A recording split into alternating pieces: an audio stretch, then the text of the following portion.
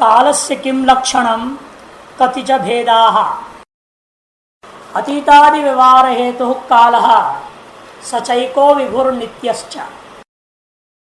काल का लक्षण क्या है और उसके कितने भेद है, इस प्रश्न के जवाब दे रहे हैं। अतीत, वर्तमान और भविष्य, आदि शब्द से वर्तमान एवं भविष्य को लेना। अतीत आदि, अतीत आदि माने वर्तमान और भविष्य, इनके व्यवहार का कारण को काल कहते हैं। वह काल एक है, विभु सर्वमूर्त द्रव्य संयोगी अर्थात व्यापक है और अविनाशी है, नित्य। कालम लक्ष्यते अतीतेति। व्यवहार हेतुत्व से लक्षणत्व घटयति व्यवहार हेतुभूत घटादुवति व्याप्ति स्यात्। ठीक है, यदि हम लक्षण में अतीत आदि ये शब्द हटा देते हैं, अतीत आदि इन शब्दों को निकाल दो, तो लक्षण कितना बचेगा? व्यवहार हेतुत्व, इतना ही लक्षण रहा। तो इतने ही लक्षण को हम मान लेते हैं। व्यवहार हेतुत्व से लक्षणत्व घटादो अतिव्याप्ति स्यात्, घटादियों में अतिव्याप्ति हो जाए। क्यों? घट इति अयं घटः, ऐसा आपने व्यवहार किया। इस व्यवहार का कारण कौन है? घट। क्योंकि किसी भी प्रकार का व्यवहार होता हो, उस व्यवहार का विषय व्यवहार के प्रति कारण माना। क्योंकि विषय और विषय ज्ञान के बिना उस विषय संबंधी व्यवहार ही नहीं हो सकता, है ना।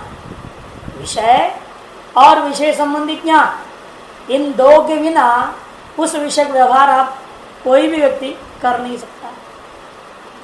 इसलिए जिस प्रकार से किसी व्यवहार के प्रति ज्ञान कारण होता है, जैसा वैसा विषय भी कारण। इसलिए व्यवहार हेतु तो इतना ही कहूंगा। अयं घट इत्याकार जो व्यवहार है, उस व्यवहार के प्रति कारण कौन हो जाएगा? घट। अयं पट इत्याकार व्यवहार के प्रति कारण कौन होगा? पट। इस प्रकार से घटपटादियों में अतिव्याप्ति हो जाएगा। तद वारणाय अतीतादि विशेषण उपादानम, अतीतादि विशेषणों को दिया गया है। कहते हैं महाराज फिर भी गड़बड़ होगा, क्योंकि अतीत ये जो शब्द व्यवहार हो, जैसे अयं घट इत्याकार व्यवहार है, सिर्फ अतीत ऐसा मैं बोल रहा हूं, ये जो तालवाद या विघात से निष्पन्न शब्द व्यवहार हुआ, एतार शब्द व्यवहार के प्रति अतीत यह शब्द स्वयं कारण बन गया। तो अतीत आदि इति व्यवहार हेतु ऐसा कह देने से अतीता इति शब्दोच्चारणात्मक व्यवहार हेतु हम ले लेंगे, अतीत आदि शब्दों में अतिव्याप्ति हो जाएगा, उसे निवारण कैसे करोगे? तब कहते हैं हमें व्यवहार्यता अवच्छेद तक जाना पड़ेगा। एक बात। दूसरा, हेतु शब्द हम साधारण कारण लेंगे। शब्द आदि क्या हो जाएंगे? घटपट आदि शब्द आदि जहां पे प्रतिव्याप्ति दे रहे हैं, ये सब असाधारण कारण है, साधारण कारण नहीं। साधारण कारण कौन कौन है?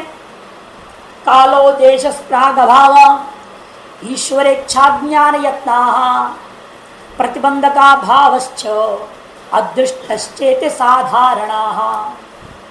श्लोक लिखा है, काल, देश, प्राग भाव, ईश्वर, ईश्वर में भी ईश्वर की इच्छा, ईश्वर का ज्ञान, ईश्वर का यत्न, प्रतिबंध का भाव और जीवों का अदृष्ट। अदृष्ट माने धर्माधर्म, पुण्य पाप, ये जो है साधारण कारण। इसलिए काल में लक्षण चला जाएगा ना यहां से ही साधारण कारण कहने से, कि घट व्यवहार के प्रति जो घट कारण है वो साधारण कारण नहीं, वो असाधारण कारण है। अतीत इत्याकार शब्द व्यवहार के प्रति अतीत शब्द जो कारण बन रहा है, वह शब्द भी क्या है? असाधारण कारण है। अतएव साधारण कारण कहने मात्र से ही अतिव्याप्ति का निवारण हो जाएगा। किंतु टिप्पणकार जो है यहाँ पर व्यवहार्यता अवच्छेद तक पहुंचते हैं और दोष निवारण करने का प्रयास करते हैं। देखिए, तथा चातीत वर्तमान भविष्यति शब्द प्रयोगे काल कारणम, अतीत इस प्रकार का जो हम शब्द व्यवहार कर रहा हूं उसके पीछे अतीत एक काल विशेष रूपा विषय ही कारण होता है। शब्द प्रयोग से व्यवहार, क्योंकि कोई भी शब्द हम प्रयोग कर रहे हैं वह शब्द प्रयोग ही एक व्यवहार है। उस व्यवहार में व्यवहार्तव्यतावच्छेद से कारणत्वात्, व्यवहार में व्यवहार्तव्यतावच्छेदक, जैसे घट ऐसा व्यवहार किया, इस व्यवहार में व्यवहार्तव्य कौन है? घट। जिसका व्यवहार करो वही उसका व्यवहार्तव्य होगी, व्यवहार करने योग्य। तभी तो व्यवहार कर रहा हूं मैं, घटा करके इसलिए व्यवहार कर रहा हूं क्योंकि घट व्यवहार करने योग्य वस्तु है। जो व्यवहार करने योग्य वस्तु होगा उसे हम क्या कहते हैं? व्यवहार्तव्य। ठीक, तो घट हो गया व्यवहार्तव्य, पट भी व्यवहार्तव्य है, मठ भी व्यवहार्तव्य है, पुस्तक भी व्यवहार्तव्य है, लेखनी व्यवहार्तव्य है कि नहीं? ये सब व्यवहार्तव्य है। तो इन सभी में एक सामान्य धर्म रहेगा, उसका नाम क्या है? व्यवहार्तव्यता, है ना। सामान्य धर्म हमेशा क्या कहते हैं? व्यवहार्तव्यता, लक्ष्यता, प्रतियोगिता, अनियोगिता, जो आता है वह सामान्य धर्म का अवबोधक। ठीक है, व्यवहार्तव्यता, उस घटनिष्ठ जो व्यवहार्तव्यता है उसका अवच्छेद कौन होगा? घटत्व। पटनिष्ठ व्यवहार्तव्यता का अवच्छेद कौन है? पटत्व। मठनिष्ठ व्यवहार्तव्यता का अवच्छेद कौन है? मठत्व। इसी प्रकार से अतीत एतादृश शब्द व्यवहार में व्यवहार्तव्य है अतीत, उस व्यवहार्तव्यता उसमें रहेगी व्यवहार्तव्यता, उस व्यवहार्तव्यता का अवच्छेद कौन हो जाएगा? अतीतत्व। वो शब्द में नहीं है, शब्द में शब्दत्व रहेगा, अतीतत्व नहीं रहेगा। पहले हम अतीत शब्द ले रहे थे ना, अब नहीं ले सकते कि अवच्छेद कौन है? शब्द का अवच्छेद शब्दत्व है, अतीतत्व नहीं। और अतीत इस व्यवहार में जो अतीत व्यवहार्तव्य है उसका अवच्छेद कौन होगा? अतीतत्व। तो अतीतत्वावच्छिन्न अतीत व्यवहार्तव्यता, तादृश व्यवहार्तता विषय अवच्छेद का अवच्छिन्न व्यवहार्तव्य निरूपिता व्यवहार के प्रति अतीत काल ही कारण होगा, शब्द आदि कारण नहीं हो सकता। इसलिए अवच्छेद पर्यंत जाएंगे। जब भी आप किसी वस्तु में अतिव्याप्ति निवारण करना चाहें, उसकी जाति पर चले जाओ तो अपने आप दोष समाप्त होगा, क्योंकि वह जाति उस वस्तु मात्र में रहेगा, अन्य में नहीं रहेगा, है ना। शब्द व्यवहार हम मानूंगा तो शब्दत्व तो उसमें जाती रहेगी, और अतीत शब्द व्यवहार मैं लूंगा तो मैं अतीत शब्दत्व शब्दत्व जाति को स्वीकार नहीं करूं, किंतु अतीतगत अतीतत्व जाति को स्वीकार करता हूं तो अतिव्याप्ति निवारण हो जाता है। इसलिए इनका कहना है व्यवहार्तव्यतावच्छेद कारणत्वात्, व्यवहार में केवल व्यवहार्तव्य कारण नहीं है किंतु व्यवहार्तव्यता अवच्छेद कारण। यदि व्यवहार में व्यवहार्तव्य मात्र को कारण मानूंगा तो क्या हो जाता है? सर्वत्र अतिव्याप्ति होने लग जाएगा। उस अतिव्याप्ति को निवारण करने के लिए हमें क्या करना पड़ेगा? व्यवहार्तव्यता अवच्छेद पर्यंत जाना पड़ेगा। व्यवहार में व्यवहार्तव्य मात्र कारण न मान करके व्यवहार में व्यवहार्तव्यता अवच्छेद को कारण मान लो तो सकल दोष निवारण हो सकता है। यथा जैसे घट इति शब्द प्रयोगे घटो व्यवहार्तव्य घटत्व व्यवहार्तव्यतावच्छेदकम तस्य घट शब्द प्रयोग कारणत्वम। जैसे घट इस शब्द प्रयोग में भी घट व्यवहार्तव्य है, घट को ही व्यवहार का कारण माना जा सकता है, किंतु उतने मात्र हम रुकेंगे तो दोष आ जाता है। इसलिए हम क्या कहेंगे? उस घट रूपी व्यवहार्तव्य में रहने वाले जो व्यवहार्तव्यता अवच्छेदक घटत्व को कारण मानूंगा, ठीक है ना। तो घटत्व के प्रति चले जाओ। प्रयोगे कारणत्वम तथा प्रकृते अपि, ठीक उसी प्रकार से प्रकृत स्थल में भी अतीता का अर्थ करूंगा, अतीत कालवान, वर्तमान का अर्थ वर्तमान कालवान, भविष्यत का अर्थ भविष्यत कालवान इत्यर्थः। उनमें तथा च अतीत शब्दों अतीत कालवान व्यवहार्तव्य अतीत व्यवहार्तव्य, अतीत शब्द में अतीत कालवान क्या हो जाएगा? व्यवहार्तव्य हो गया। और अतीत कालत्व व्यवहार्तव्यतावच्छेदक हो जाएगा। अतीत कालत्वम व्यवहार्तव्यतावच्छेदकम, अतीत कालवत्पंच अतीत काले एव, आगे ना, अतीत कालत्व कहाँ रहेगा, अतीत काल में ही रहेगा, अतीत शब्द व्यवहार में नहीं, वहां शब्द तो सामान्य चला जाएगा। एवं वर्तमान स्थल में भी क्या कहोगे, वर्तमान कालवान व्यवहार्तव्य है, वर्तमान कालत्व व्यवहार्तव्यतावच्छेदक है, और वह वर्तमान कालत्व वर्तमान काल में ही रहेगा, दूसरी चीजों में नहीं जाएगा। इसे भविष्य शब्द का अर्थ हो गया भविष्य कालवान, इसलिए भविष्य कालवान ही भविष्य इस शब्द व्यवहार का कारण हो गया। लेकिन वहां व्यवहार्तव्यतावच्छेद कौन होगा, भविष्य कालत्व, जो कि भविष्य काल में ही रहेगा, अन्य में नहीं।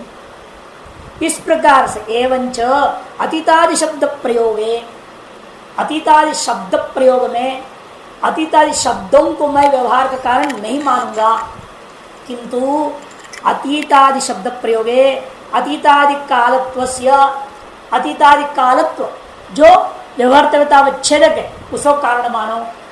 उस व्यवहार्तव्यतावच्छेद अतीतादि कालत्व से अवच्छिन्न अतीतादि काल ही साधारण कारण है। अतीतादि कालस्य हेतुत्वम इति अतीतादि व्यवहार कारणत्वस्य घटे असत्वात्, अतीतादि व्यवहार कारण अब घट में नहीं जाएगा, अतिव्याप्ति नहीं होगी, नातिव्याप्ति भाव। इसीलिए सदा जहां कहीं भी सामान्य जो व्यवहार हो रहा हो वहां पर भी, जैसे हम कहते हैं ये मकान है, तो 100 प्रश्न उठेगा, अतिव्याप्ति बहुत जगह हो जाएगा। यह मकान है, इतना कहने से अतिव्याप्ति मकान से भिन्न में भी चला जाएगा। उस मकान इस प्रकार के व्यवहार के प्रति मकान ही कारण यदि मान लोगे तो देवदत्त का भी मकान कारण हो जाएगा, यज्ञदत्त का भी मकान कारण हो जाएगा। जिसका मकान कह रहे हो विष्णुदत्त को तो छूट ही जाएगा। मान लो आप बताना चाहते थे विष्णुदत्त का मकान को, लेकिन मकान मात्र शब्द कहने से उस मकान शब्द के द्वारा मैं देवदत्त का मकान ले सकता हूं, यज्ञदत्त का मकान भी ले सकता हूं, केशव का मकान को ले सकता हूं, किसको भी ले सकता हूं ना। इसलिए यह मकान है, इस व्यवहार में एतर सामान्य व्यवहार जब भी मैं करूंगा तो वहां पर हमें व्यवहार्तव्यतावच्छेद को समझना पड़ेगा। यह मकान है, इसका अर्थ यह देवदत्त का मकान है, यह निष्कृष्ट लीजिए, या तो यह विष्णुदत्त का मकान है, निष्कृष्ट लेना पड़ेगा। वहां व्यवहार्तव्यतावच्छेद कौन होगा, विष्णुदत्त गृहत्वम विशेष आएगा। और विष्णुदत्त गृहत्वम कहाँ रहेगा, विष्णुदत्त गृह में ही रहेगा, यज्ञदत्त गृह में या देवदत्त गृह आदि में नहीं होगा। इसे कोई भी व्यवहार हम कहते हैं वहां सामान्य में जाओगे तो फंस जाएगा मामला। कहाँ जा रहे हैं, आश्रम में जा रहे हैं, तो कौन सा आश्रम बाबा बताओ, समस्या खड़ी होगी ना। तो व्यवहार्तव्यतावच्छेद जब जाऊंगा तो स्पष्ट हो जाएगा किस आश्रम में हो जा रहा है। इसलिए अवच्छेदक पर्यंत जाना बहुत ही जरूरी है, उसके बिना कोई भी व्यवहार जो है सम्यक नहीं हो सकता, दोष रहित व्यवहार नहीं हो सकता, यह सिद्ध करना चाहते। इसीलिए टिप्पणकार अवच्छेदक पर्यंत जा रहे हैं और हमने आपको सरल उपाय बता दिया। मूल लक्षण में जो हेतु शब्द है उसका अर्थ कर दो साधारण हेतु, झंझट खत्म। अच्छा, पदकृतिकार ने यही काम किया है।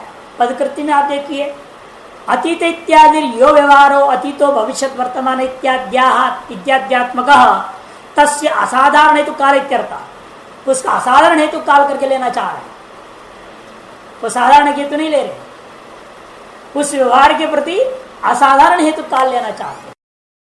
नन विधम लक्षणम आकाश अतिव्याप्तम व्यवहार से शब्दात्मक चेत न हेतु पद निमित्त हेतु विवक्षितत्वात् तब देखो उस असाधारण में भी हमें निमित्त हेतु लेनी पड़ेगी, क्योंकि असाधारण भी 3 प्रकार का है। जो असाधारण हेतु होता है वो 3 प्रकार के हैं, समवाय कारण, असमवाय कारण और निमित्त कारण। और निमित्त कारण अपने हेतु शब्द लोग बोलता है, परस्पर गड़बड़ कर रहे हैं वो। पदकृति में गड़बड़ी है, जानबूझ के उठाया दोबारा, उस दिन नहीं लिया था। पदकृति यहां गलत, क्योंकि एक तरफ असाधारण कारण कह दिए और जबकि काल असाधारण कारण होता नहीं। काल तो साधारण कारणों में गिनती है। और दूसरा उसको साफ करने के चक्कर में असाधारण कारण शब्द की व्याख्या कर दिया, निमित्त ले लो उनमें से। समवाय भी नहीं, असमवाय नहीं, निमित्त लेना। तो कारण का हम 2 प्रकार से विभाजन करेंगे। कारण है वह 2 प्रकार का, एक तो साधारण और दूसरा असाधारण। फिर इनका भी 3 प्रकार, समवायी, असमवायी और निमित्त। समवायी, असमवायी और निमित्त कारण। इनमें से कह रहा है हेतु शब्द से आप निमित्त कारण ले लो, कह दिया। न च कंठ तालवाद विघात व्याप्ति वाच्यम। फिर क्या होगा, उससे समस्या होगी। निमित्त कारण कहने से निमित्त कारण का कंठ तालवाद विघात भी है शब्द व्यवहार के प्रति, है ना। क्योंकि बिना कंठ तालवाद या विघात भी निमित्त का शब्द का व्यवहार ही नहीं हो सकता। उसमें तो निवारण कर क्या कहता है, फिर विभुत्व विशेषण दे दो। पदकृतिकार देखिए कितनी खिचड़ी पचा रहे, फिर विभुत्व विशेषण देना चाहते। विभुत्व निवेशात पदकृति में यह गौरव काम करना उचित नहीं। सीधे साधारण कारण का हेतु शब्द से सब दोष खत्म हो जाता है। क्योंकि सिद्धांत के अनुसार भी काल क्या है, साधारण कारण, असाधारण कारण ही नहीं है।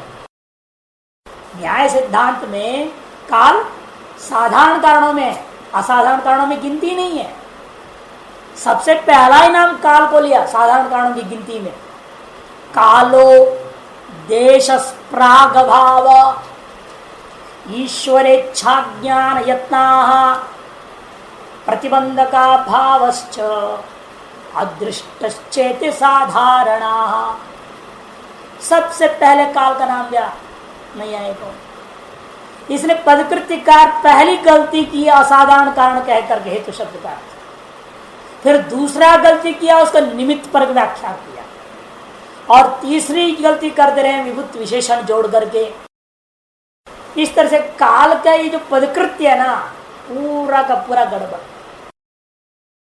सीधे सीधे कह दो हेतु शब्द का अर्थ साधारण हेतु। ठीक है, अब चलिए आगे। दिशा किम लक्षण कति विधा च सा। दिशा का क्या लक्षण है और वह कितनी प्रकार की है, इसका विस्तार हम लोग बाद में पढ़ेंगे। समवाय कारण क्या है, असमवाय कारण किसे कहते हैं, निमित्त कारण किसको कहते हैं। एक कार्य ले लेंगे दृष्टांत में, घट रूपा कार्य, उसका सब घटाएंगे। कारण का लक्षण क्या है, सामान्य कारण का, साधारण कारण का लक्षण क्या, असाधारण कारण का लक्षण क्या है, सब विस्तार रूप में आने वाला है। इसलिए अभी हम जल्दबाजी में उसमें नहीं जाएंगे। प्राच्यादि व्यवहार हेतुर्दिक साचैका नित्या विव्रीच। प्राची आदि से लेना, प्रतीची, उदीची, अवाची एवं अन्य अवान्तर 4 दिशाएं, ऊपर और नीचे ये 2, कुल 10 दिशाएं हैं आपकी। इन 10 दिशाओं का व्यवहार के प्रति साधारण कारण, यहां भी हेतु शब्द लेना, साधारण कारण, झंझट खत्म हो जाएगा। तो हेतुर्दिक हेतार्थ व्यवहार के प्रति जो साधारण कारण है वह दिशा है। साच और वह दिशा एक होगी, नित्य होगी और विभू होगी। उदयाचल सन्निहितायाधिक सा प्राची। सूर्य का उदय के उपाधियों के बिना भेद नहीं हो सकता। जो एक है तो उपाधि की जरूरत है। सर काल एक था, उसकी उपाधियों के बिना व्यवहार में भेद नहीं ला सकते थे। और आकाश में एक था, घटादि उपाधियों के बिना घटाकाश पटाकाश मटाकाश व्यवहार नहीं हो सकता। इसे काल में भी वर्तमान काल को लेकर के सब व्यवहार करना पड़ेगा। क्रिया रूपी मुख्य में उपाधि है, वर्तमान के प्रति क्या उपाधि है, वर्तमान का लक्षण क्या है, व्याकरण में पढ़ा ना, वर्तमान काल में लट लट रूप बना दिया, लट लकार चला दिए सब धातुओं का है। वर्तमान का लक्षण क्या है, प्रारब्ध क्रिया परिसमाप्ति काल पर्यव्याप्तित्व, प्रारब्ध क्रिया परिसमाप्ति व्याप्तिक कालत्वं वर्तमानत्वं, प्रारब्ध क्रिया परिसमाप्ति व्याप्ति कालत्वं वर्तमानत्वं। जो भी क्रिया कभी न कभी तो आरंभ किया आपने, जैसे इस पाठ पढ़ना रूपी क्रिया चल रही है इस समय, यह शुरू हुआ था लगभग 2 बजे। 2 बजे पढ़ना रूपी क्रिया समय शुरू हुआ है, प्रारंभ हुआ, प्रारब्ध क्रिया पठनात्मक क्रिया, तस्य यावत परिसमाप्ति, उसकी जब तक परिसमाप्ति न हो तावत पर्यंत व्याप्त जो काल है, व्याप्त जो काल है, उस काल का नाम वर्तमान काल। ये मान लो लगभग 4 बजे तक चलेगा, माने 2 बजे से शुरू हुआ यह पठनात्मक क्रिया 4 बजे तक यदि चलती है तो 2 से 4 तक जो पठनात्मक क्रिया संबंधी काल विशेष, उसका नाम वर्तमान काल। किस क्रिया का, पाठनात्मक क्रिया का, इसलिए पठामी ये व्यवहार होगा। जब जहां हो वहां पहुंच जाओगे 5-6 बजे, तब क्या हो जाएगा, ये भूत हो जाएगा ना, ये हो जाएगा भूत, भूतकाल में चला जाएगा। तो भूतकाल का लक्षण क्या होगा, प्रत्यस्तमित क्रिया, प्रत्यस्तमित क्रिया, प्रत्यस्तमित समाप्त हो गई हुई, प्रत्यस्तमित क्रिया विशिष्ट काल, क्रिया विशिष्ट काल स्मरणत्वं भूतत्वं यातीतत्वं, प्रत्यस्तमित क्रिया विशिष्ट काल स्मृतित्वं भूतत्वं या अतीतत्वं। समाप्त हो गई जो क्रिया से विशिष्ट काल का आप जो स्मरण मात्र कर पाते हैं, उसका नाम भूत हो गया। भविष्य क्या है, अनारब्धत्वे सति, अनारब्धत्वे सति संभावित क्रिया विशिष्ट कालत्वं भविष्यत्वं, अनारब्धत्वे सति संभावित क्रिया विशिष्ट कालत्वं। अभी आरंभ किया नहीं है लेकिन संभावित है, ऐसी क्रिया से विशिष्ट काल को भविष्यत काल कहते हैं।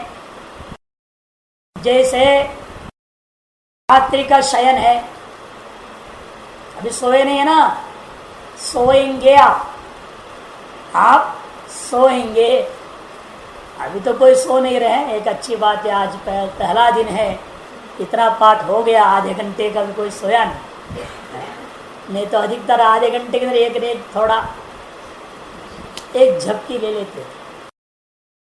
तो अनारब्ध क्रिया है, संभावित है। ये रात्रि सोने से पहले कोई टेंशन देने वाला फोन ना आवे तो नींद तो जरूर होएगी, संभावित है। कभी कभी ऐसा टेलीफोन भी आ जाता है, रात पर नींद ही नहीं हो सकती, हराम हो जाता है या नहीं। इसलिए संभावित, निश्चित नहीं है, हो सकता है कोई और क्रिया हो जाए। इसे कहते अनारब्धत्वे सति संभावित क्रिया विशिष्ट काल का नाम भविष्य। अब इसमें परोक्ष क्या, अद्यतन क्या, अनद्यतन क्या, ये सारी चीजें जब व्याकरण में आप पढ़ेंगे ना तब विस्तार रूप में समझाऊंगा, है ना। अद्यतन, अनद्यतन और परोक्ष तीन प्रकार का होता है। हेतु हेतु भाव भी एक अलग प्रकार का होता है। ये सब विचार जो है व्याकरण का विषय है, व्याकरण के पाठ में सामान्य विचार यहाँ आ रहा है, उसको देखते हैं। उदयाचल संहिता आदि उपाधि को लेकर बोल रहा था।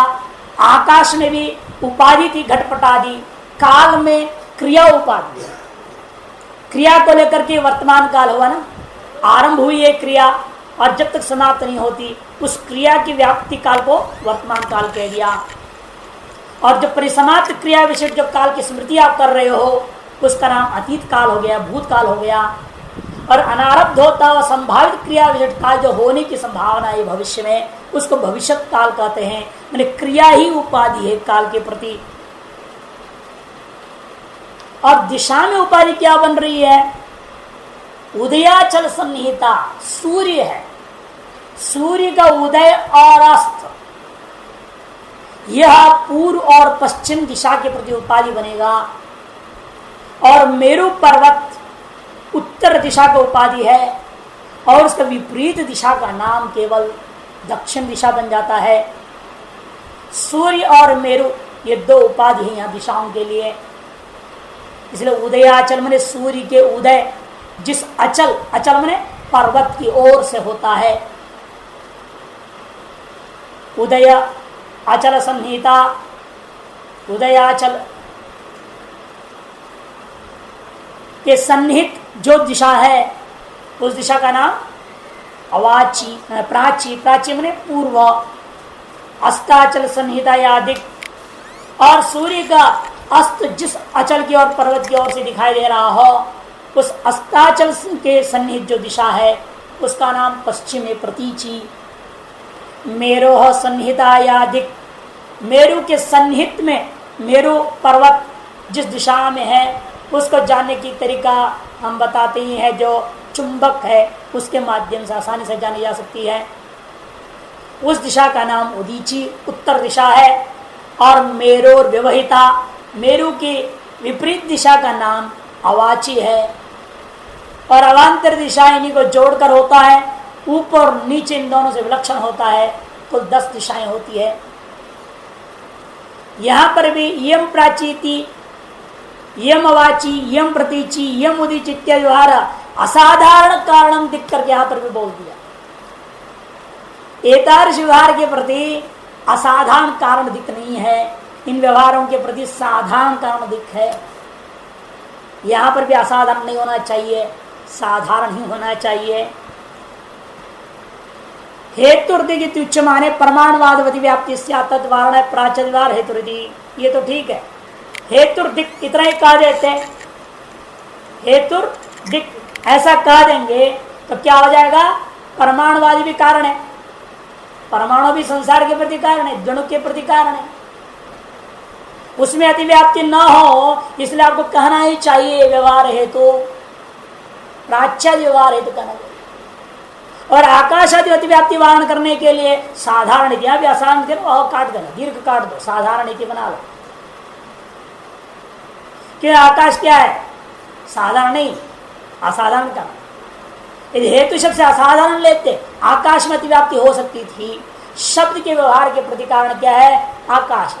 ये शब्द गुणगम आकाशम, शब्द के जो व्यवहार हो रहा है, मैं जो बोल रहा हूं, आप जो सुन रहे हैं, इस पीछे जो शब्द उच्चारण क्रिया हो रही है, इसका कारण कौन है? आकाश है। लेकिन कारण कैसा है? ये दर्श व्यवहार कारण असाधारण कारण, साधारण कारण साथ ही व्याप्ति निवृत्त है।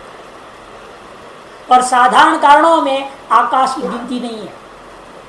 कालो दिशस प्राग अभाव कहाँ है? आकाश का नाम नहीं है। यहां भी इसलिए साधारण बना लो, और जो दीर्घ है असाधारण कर दो, दीर्घ को काट लो, तब पद प्रत्यय सही हो जाए। अच्छा, परमाणु का लक्षण क्या है? हाँ, परमाणु का लक्षण क्या हो सकता है? जाल सूर्य मरीच स्थम, जाल सूर्य मरीच स्थम, जाल सूर्य मरीच स्थम यत् सूक्ष्मं दृश्यते तत् रजः, उसका नाम रजः अथवा उसका नाम त्रस्रेणु, त्रस्रेणु। तस्य षष्ठीतमो भागः परमाणु। जाल सूर्य मरीचिस्थ, जाल मने जैसे खिड़की वगैरह की जाली है, हिंदी में जाली बोलते हैं, संस्कृत में जाल बोलते हैं। उस जाली के बीच में से आता हुआ सूर्य का जो मरीचि माने किरण, उस किरण के बीच में उड़ता हुआ जो धूल का कण दिखाई देता है, उस धूल के कण का नाम है रजः, अथवा नैयायिकों की भाषा में उसका नाम है त्रस्रेणु। क्या बोलते हैं? त्रस्रेणु। उस त्रस्रेणु का छठा भाग का नाम है परमाणु। क्योंकि नैयायिकों का यह सिद्धांत है, दो परमाणु मिला एक गणुक बना, फिर दो परमाणु मिला दूसरा गणुक बना, फिर दो परमाणु को ईश्वर ने अगल बगल में रहने का आदेश दे दिया। मिलते नहीं है ना, परमाणु तो अलग ही रहते, कभी मिल जाए फिर चौपट हो जाएगा काम, फिर उनकी नित्यत्व खत्म। केवल ईश्वर की इच्छा से वो अलग नहीं रहने लगते हैं। जब तक अलग रहते हैं तब तक कोई कार्य नहीं बनता।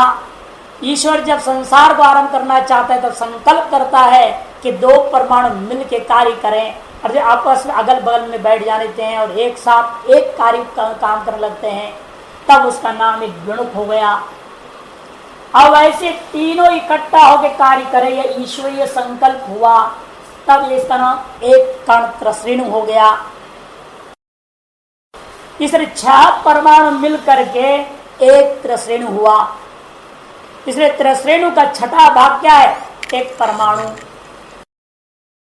परमाणु, द्वेणुक और त्रस्रेणु, एक क्रम। और कुछ लोग बीच में एक और यहां अणु भी जोड़ दे। परमाणु से पहले अणु बना, अणु से द्विणुक बना, द्विणुक से त्रस्रेणु, ऐसे कुछ नव्य नैयायिकों की परिकल्पना, प्राचीन परंपरा नहीं है।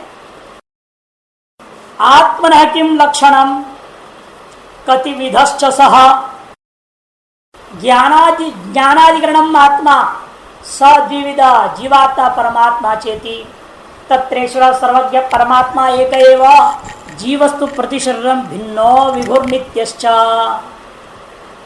ज्ञानाधिकरणम आत्मा, ज्ञानाधिकरणम कह दिया। अधिकरण शब्द बहुत जरूरी है, इसलिए नहीं तो पहले जैसे बोलते ज्ञानवत्वम,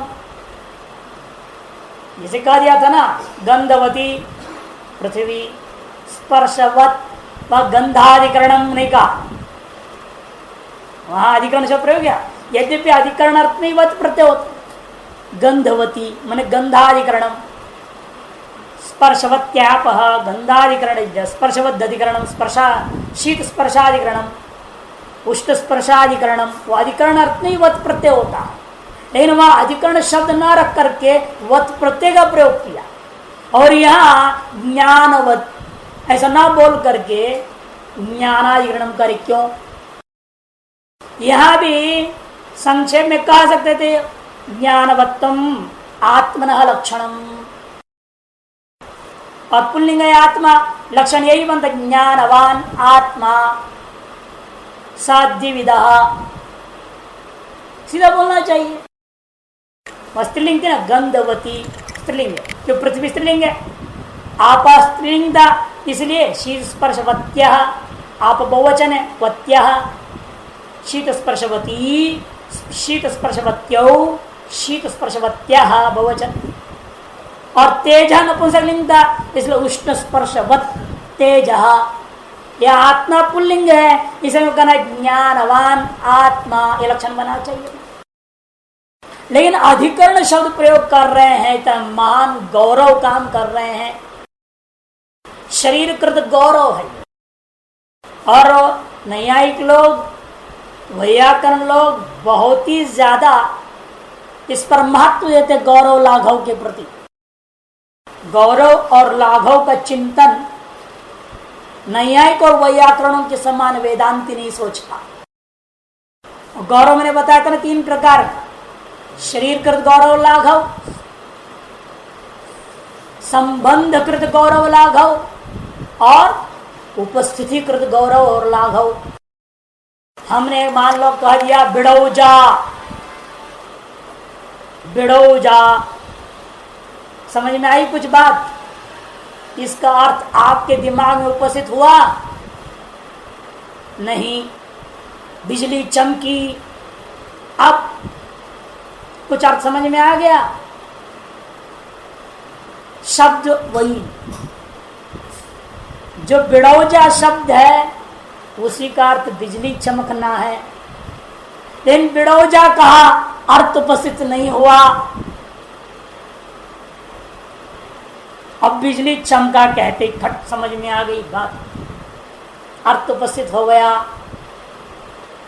इसलिए बिड़ौजा शब्द यदि मैं प्रयोग करूं तो वह गौरव है, क्योंकि उससे आपके मस्तिष्क में अर्थ की उपस्थिति नहीं हुई। और बिजली शब्द प्रयोग करूं तो उसमें लाघव है, क्योंकि उसका कथन करते ही बराबर तुरंत आपके मस्तिष्क में अर्थ की उपस्थिति हो गई। इसे कहते हैं उपस्थितिकृत गौरव लाघव, संबंधकृत गौरव लाघव। जितनी परंपरा संबंध होते हैं और जितनी लंबी परंपरा बनाओगे संबंध में, जैसे एक दिन चर्चा कर रहे थे हम लोग, चश्मा जमीन पर है तो कैसे होगा? चश्मा तो नाक पर लटका हुआ है और जमीन पर कहाँ है? तब आपने कहा भाई चश्मे का संबंध शरीर के साथ संयोग संबंध, और शरीर का दरी के साथ संयोग संबंध, और दरी का भूमि के साथ संयोग संबंध, संयोग संबंध से चश्मा जमीन में है। ये लंबा संबंध परंपरा आपने जो परिकल्पना करी, यह गौरव है। और छोटा सा संबंध से सीधे कह दो कोई बात, वह लाघव है। संबंधकृत गौरव लाघव। इसी प्रकार से शरीरकृत गौरव लाघव, ज्ञानवान आत्मा कहना लाघव है। ज्ञानाधिकरण ना शब्द अधिक बोलना पड़ रहा है ना, यहाँ ये शरीर बढ़ गया ना, अक्षर बढ़ गए, शरीरकृत गौरव हो गया। यद्यपि यह ऐसी स्थिति में 2 जगह पर गौरव को भी हम स्वीकार करते हैं। कहां कहां पर स्वीकार किया जाता है गौरव दोष को? गौरव दोष है, लाघव गुण है, अच्छा है। जितना लाघव हो उतनी अच्छी मानी जाएगी, और जितना गौरव हो उतना खराब है। लेकिन 2 स्थल पर गौरव भी भूषण है, दोष नहीं। सबसे पहला स्थल है फलमुख गौरवस्य अदोषत्वा। फलमुख गौरवस्य, कोई विशेष फल प्राप्ति हो, वह गौरव भी हमारे लिए लाघव ही है। फलमुख गौरवस्य अदोषत्वा। दूसरा, पर्याय वाचकानाम, पर्याय वाचक प्रयोगे, वाचका नाम है पर्याय वाचक प्रयोगे गौरव लाघव नाद्रियते। या गौरव लाघव को आदर नहीं किया जाएगा। मैं घट बोलूं या कलश बोलूं, दोनों से तो समझ में आ रही ना आपको। तो मैं कलश यदि प्रयोग कर दिया तो गलत नहीं है, क्योंकि वहां न उपस्थितिकृत गौरव है, केवल शरीरकृत गौरव है। वह भी कुछ स्थल में आप घट लाओ बोलोगे, कलश लाओ बोलोगे, हाँ, दोनों में अंतर है। यदि आप पूजा में बैठे हैं, वहां कहना चाहिए कलश लाओ, कि पूजा में कलश का प्रयोग। लेकिन देखो विचित्र कहते घट स्थापना, नवरात्रि का पहले दिन क्या होता है, घट स्थापना होता है, और रखते क्या, वहां कलश रखते हैं। वह घट और कलश पर्यायवाची है, घट और कलश पर्यायवाची है, इसलिए पर्यायवाचियों में गौरव और लाघव का विचार नहीं किया जाता। अर्थ प्रसिद्ध होना चाहिए अनायास ही, लेकिन यहाँ पर वो बात नहीं है। यहाँ पर पहला पक्ष है फलम का गौरव से अदोषत्वा। यदि ज्ञानाधिकरण करना, अधिकरण शब्द प्रयोग करना लक्षण में गौरव है, वह गौरव होने के बावजूद उसका एक फल विशेष की प्राप्ति है, इसलिए जानबूझकर रखा गया है। क्या है वह फल जिसके कारण से हमें यहां अधिकरण शब्द प्रयोग करना पड़ा? क्योंकि हम समास कर पाएंगे, ज्ञानस्य अधिकरणम ज्ञानाधिकरणम, तब षष्ठी हमको दिखाई देगी। अज्ञानवान कह दूंगा तो पता नहीं लगता षष्ठी का, है कि नहीं? कि मत प्रत्यय अस्य में भी होता है, अस्मिन में भी होता है, किसमें हुआ तो झंझट रहेगा उसमें। और अधिकरण शब्द प्रयोग कर दूंगा तो पता लगता है ज्ञान का अधिकरण, षष्ठी तत्व समास हुआ है। और षष्ठी का लाभ एक और है, निरूपितत्व अर्थ, निरूपित अर्थ निकलेगा, अतः ज्ञान निरूपित अधिकरणम अर्थ हो जाएगा। और भी स्पष्ट करने के लिए निरूपित का दो हिस्सा होता है, वो जब अधिकरण है तो ज्ञान क्या हो जाएगा, आधेय, ज्ञान निष्ठ आधेयता, निरूपित अधिकरणतावत्वम्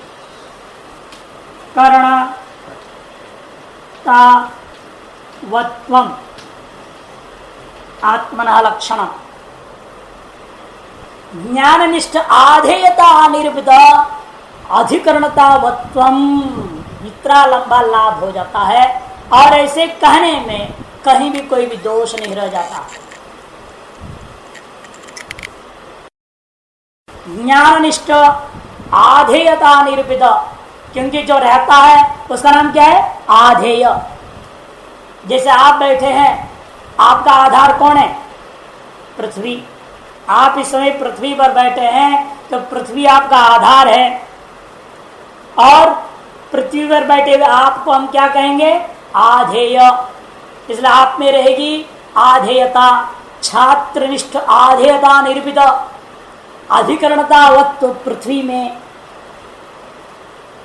छात्रनिष्ठ आधेयता निरूपित अधिकरणता कहाँ रहेगी, पृथ्वी में। यथा तथा ज्ञाननिष्ठ आधेयता निरूपित अधिकरणता कहाँ आएगी, आत्मा में। लेकिन कालिक संबंधे न सभी का अधिकरण काल माना गया। जन्यानां जनक कालो जगतामाश्रयो मतः। जन्यानां जनक काल, जन्य जितने पदार्थ है संसार में, इन सब का जनक काल है।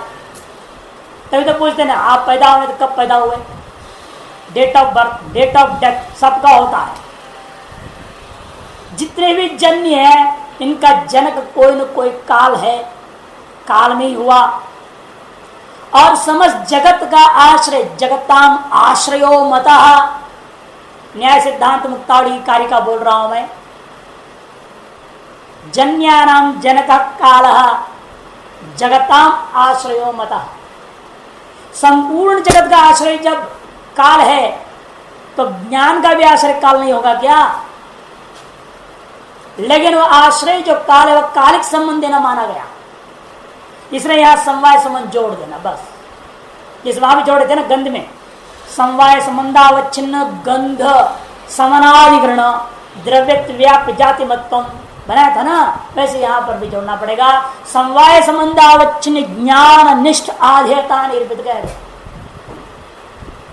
समवाय संबंधावच्छिन्न ज्ञान निष्ठ आधेयता निरूपित अधिकरणतावत्वम, ये लक्षण। ऐसा लक्षण करने पर काल में हो या किसी अन्य में अतिव्याप्ति नहीं हो। उसको कालिक संबंध कहते। कालिक संबंध को थोड़ा समझ लीजिएगा।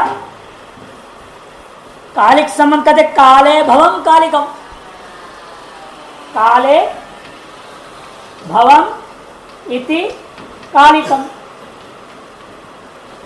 इसको एक संबंध विशेष मान लिया जो काल में होता है, और सभी चीजें काल में ही होते हैं, काल में ही हुए हैं, काल में ही रहते हैं, और आगे भी रहेंगे तो काल में ही रहेंगे, है ना।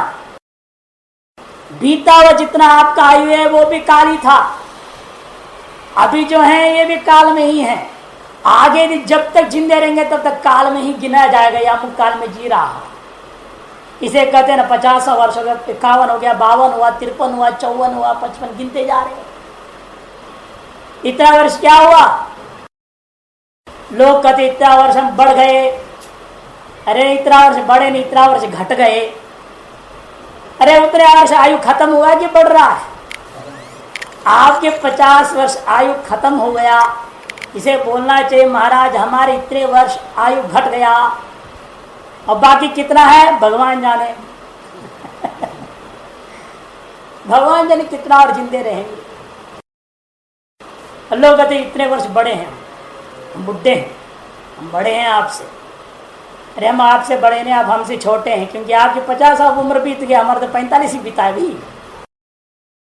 खैर एक अलग बात है। विचारण विषय यह है, इस कालिक को एक संबंध रूपेण मान लिया, और पूरे जगत इस कालिक संबंध से काल में रहता। कालिक संबंध से, कालिक संबंधेन सर्वं जगत काले भवति, यतः तस्मात् ज्ञानमपि काले भवति। कालिक संबंधेन, इसे कालिक संबंध से जब सारा जगत काल में है तो ज्ञान भी काल में, हम भी काल में, आप भी काल में, सभी वस्तु काल में, कालिक संबंध। अतः लक्षण हम कर रहे थे ज्ञानाधिकरणम, आत्मा चला गया, ज्ञानाधिकरणम काल हो गया। किस संबंध से?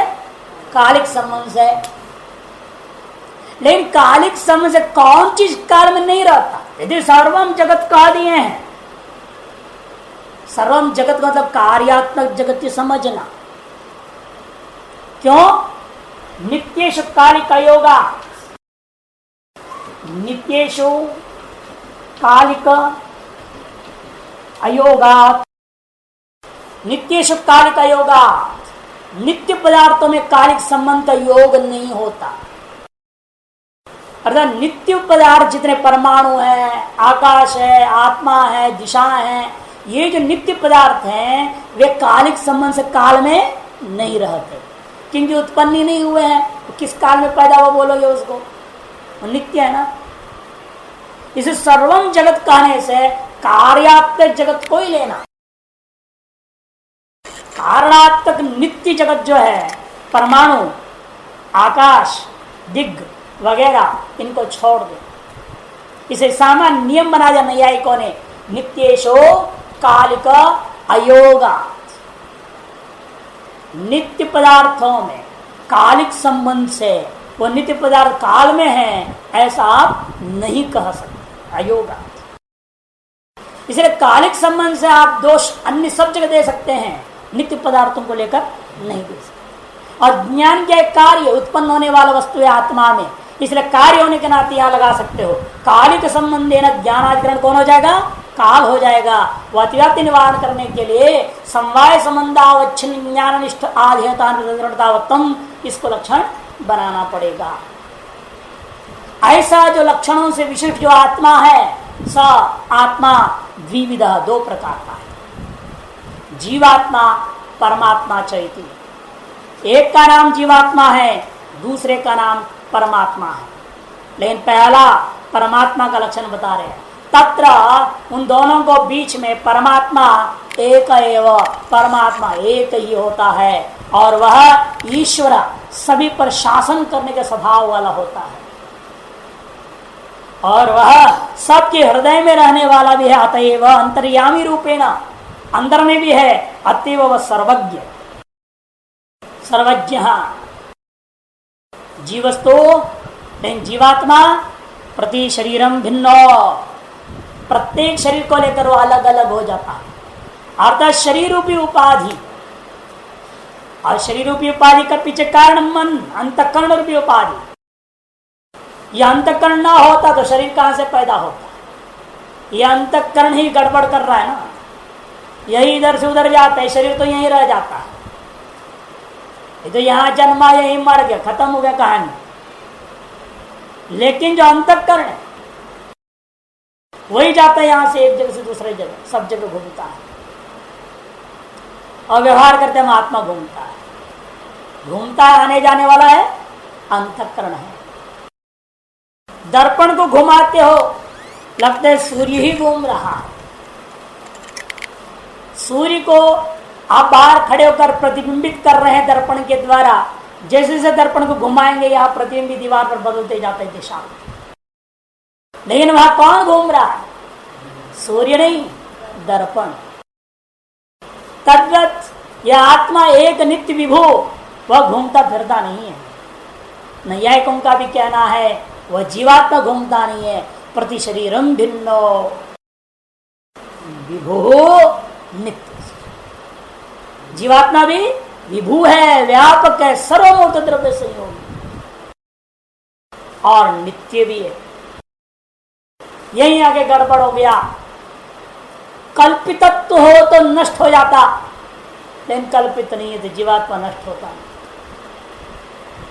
परमात्मा के साथ ऐक्यता मानते हैं। ये कैसी ऐक्यता मानते हैं? मोक्ष को जैसे जल को समुद्र में डाल दो, नीर क्षीरवत न्याय। जल को दूध में मिला दिया तो भी दूध जैसा हो गया, यही मोक्ष। लेकिन जब चाहे तो परमात्मा उस जल में से दूध में से जल को निकाल के बाहर भी डाल सकता है ना, हंस के समान। हंस पक्षी की तरह सामर्थ्य होता है तो नीर क्षीर का विवेक कर पाता है। नीर क्षीर का विवेक करता है ना, दूध से पानी को अलग करके दूध मात्र को पी जाते, इसलिए नाम तो हंस है। और महात्मा अपने आप को परमहंस मानता है। कितना निरीक्षित विवेक होना चाहिए उसको तो परमहंस मानने के लिए। हंसा, परमहंसा, अवधूत, तुर्यातीत, अलग अलग स्टेज है ना सन्यासी का। यहाँ सीधे परमहंस दीक्षा हो जाती है सब। और हंस भी नहीं बन पाए, परमहंस टाइटल मिल गया हमको, सर्टिफिकेट मिल जाता है। अनंत शास्त्रम बहुवेदितव्यम अल्पशकाल बहवश्च विघ्ना यत्सारभूतं तदुपासितव्यम यथेव हंस क्षीराम्बु मिश्रम। बड़ा सुंदर दृष्टांत। हंस कर्ण से याद आता है श्लोक। अनंत शास्त्रम, शास्त्र एक दो नहीं पढ़ने के लिए पूरा जन्म से लेकर 100 साल आयु पूरा पढ़ते रहते तो ही पूरा शास्त्र नहीं पढ़ पाएंगे आप। उतनी शास्त्र, अनंत शास्त्रम। और शास्त्र अतिरिक्त भी संसार है, बहुवेदितव्यम। कंप्यूटर का ज्ञान नहीं है तो टीवी का ज्ञान नहीं, टीवी रिपेयर का ज्ञान तो रेडियो रिपेयर का ज्ञान नहीं।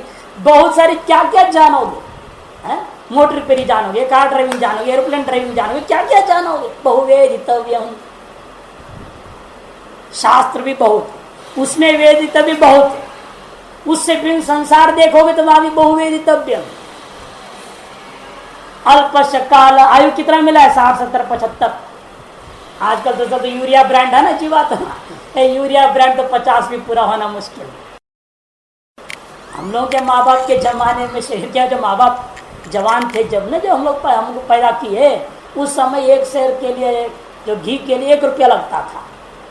इसलिए खूब घी खाए हुए हैं वो लोग। और यहाँ तो वनस्पति घी गोघृत है ही नहीं, वनस्पति घी खाना पड़ रहा है, तो कैसे होंगे। तो अल्पस्य काल बहवश्च विघ्ना, विघ्न बहुत है। यत्सारभूतम तदुपासितव्यम, इसे जो सारभूत है उसी को ग्रहण करो, उसकी उपासना करो, उसी को जो है अभ्यास कर डालो। यथेव हंस क्षीराम्बु मिश्रम यत्सारभूतम तदुपासितव्यम। तद उपासितव्यम यथेव हंसः क्षीरांभु मिश्रम। जैसे जल और दूध को मिला हुआ में हंस केवल दूध को पीकर जल को छोड़ देता है, उसी प्रकार से व्यक्ति को व्यवहार करना चाहिए। ये सारभूत है शास्त्रों का।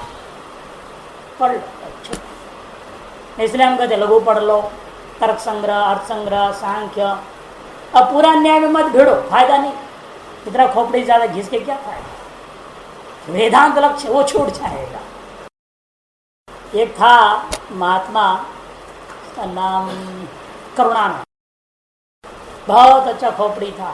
तो हमको बोलता था तुम्हारी बुद्धि इतनी अच्छी है, थोड़ा और न्याय पढ़ो। मुझे पागल नहीं होना है। जो न्याय पढ़े सब पागल हो जाता है क्या? नहीं, मुझे डर लगता है। मैंने कहा मुझे डर है, तो मैं नहीं पढ़ूंगा। मैंने कहा तुम भी मत, हमको क्यों रोकते हो? मैंने कहा तेरा भी बैटरी उतनी क्वालिटी का जो मेरी बैटरी का क्वालिटी।